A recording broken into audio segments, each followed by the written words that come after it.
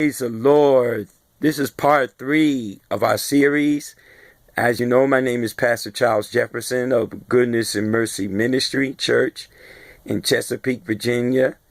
We're on Facebook and YouTube, so you can check us out on both sites. This is part 3, and I just want to talk to you a little bit further about the same thing we've been talking about, opportunity cost. Opportunity cost. Now, this is part 3 of the tape, and I want to take a look at this series about a little bit more inches and details. That's what I want to do.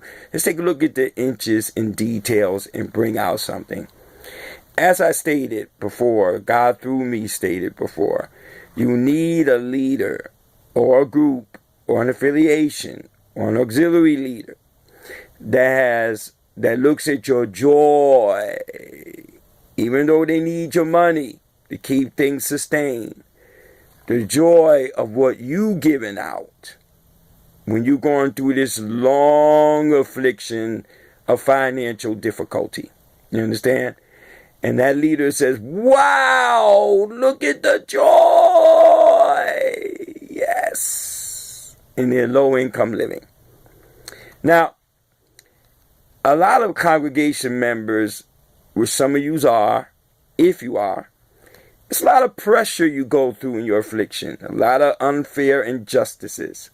But see, most leaders, whether good or bad, whether innocent or money hungry, they're looking at you ain't paying. That overclogs your situation all the time. They look at it as, take a look at it like this. Let's say if you had a relative come stay with you, and they're out and they got a job. Okay? They got a job. If they would give you money to help with the rent, it would pay your bills off and more. But while you're working 2 jobs, they're working 1 or 2, they refuse to pay you. They feel that since they're related to you, you're supposed to just give them something. And so, if you got a situation like that, that's just a little example of you working hard, you took in a relative, they ain't paying you nothing. They work at a high-paying job or a low-paying job. And they ain't giving you nothing, but they eating off your kitchen. The bills are high because they leave the lights on. That's how some people look at it. You know, some leaders that feel it's your fault. You're with them, you should pay. And see, here's the thing. This is talking about the people with deep affliction. You're showing proof that you're having a hard time, low income. But they don't see it like that, you see. So, here you go. That I have a saying that says, if a leader doesn't understand, they love you, and some are guilty of not loving you. They love you as far as loving you is concerned. But it's just not in them to be sympathetic. See, ordination papers cannot ordain sympathy. What I mean by that? Just because a leader has been ordained by the diocese and the clergy association and the apostolic succession, the ecclesiastical jurisdiction. Yeah, that's wonderful. Yes! They got a spiritual dad. You know, all that stuff. Which is good. Nothing wrong with that. That's beautiful. But you can't ordain a deliverance for sympathy. Sympathy doesn't come by just saying, sympathy, come thou art. Sympathy has to be built through caring about people's pain. Some of yous are really hurt because you didn't know your leader was so cold-blooded. And some of them are. Let me talk to y'all for a minute. Can I talk to you? Some of yous right now listening to this tape, not all of you. You are really hurt. You know, there's a saying that the Lord gave me. It's going to sound weird, but think about it in the sense. It's good to be faithful. It's great to be faithful to your leader. But if you're not enjoying the faithfulness, that's when your faithfulness will be sour. Not because you're faithful Yes, you're faithful, but your leader is so unsympathetic towards your afflictions. You're only at your church because you're only at your church because the Lord has not told you to leave, but you're not enjoying being there. And all this time you're there, you're being dehumanized.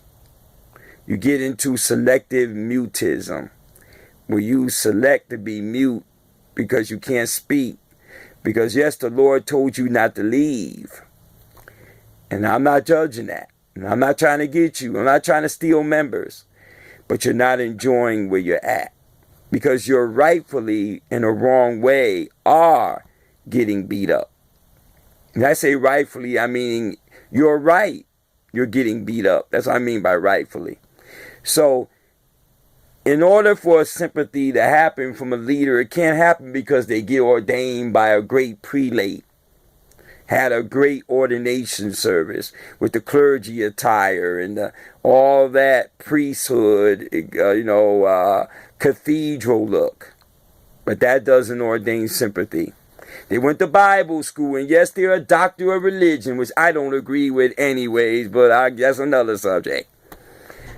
But that don't mean they have instant sympathy. That takes people who have that in their gut. Okay? And you are being destroyed emotionally. I pray for you. I really do. Because you really haven't heard about leaving.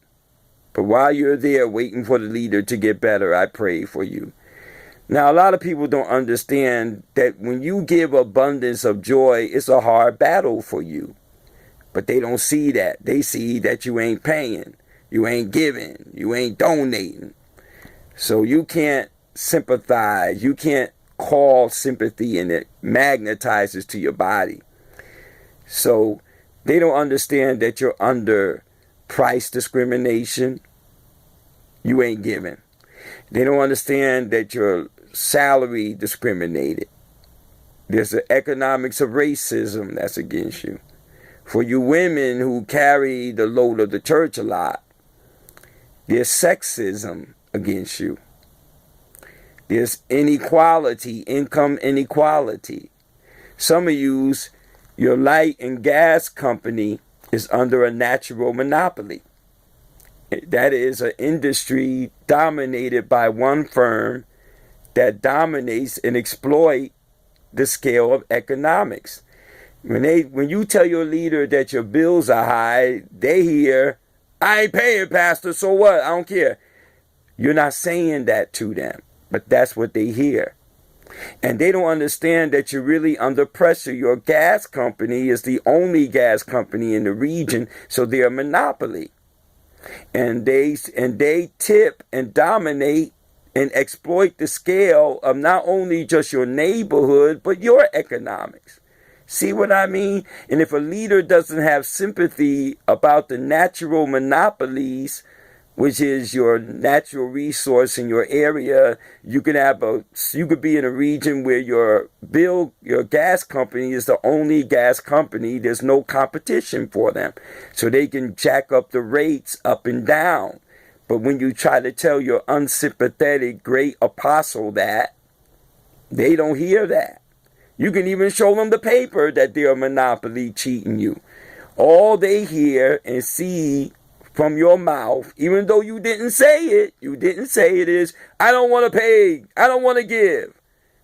So we need to talk about that. Well, this ends part 3. I hope you tune in for part 4. God bless you.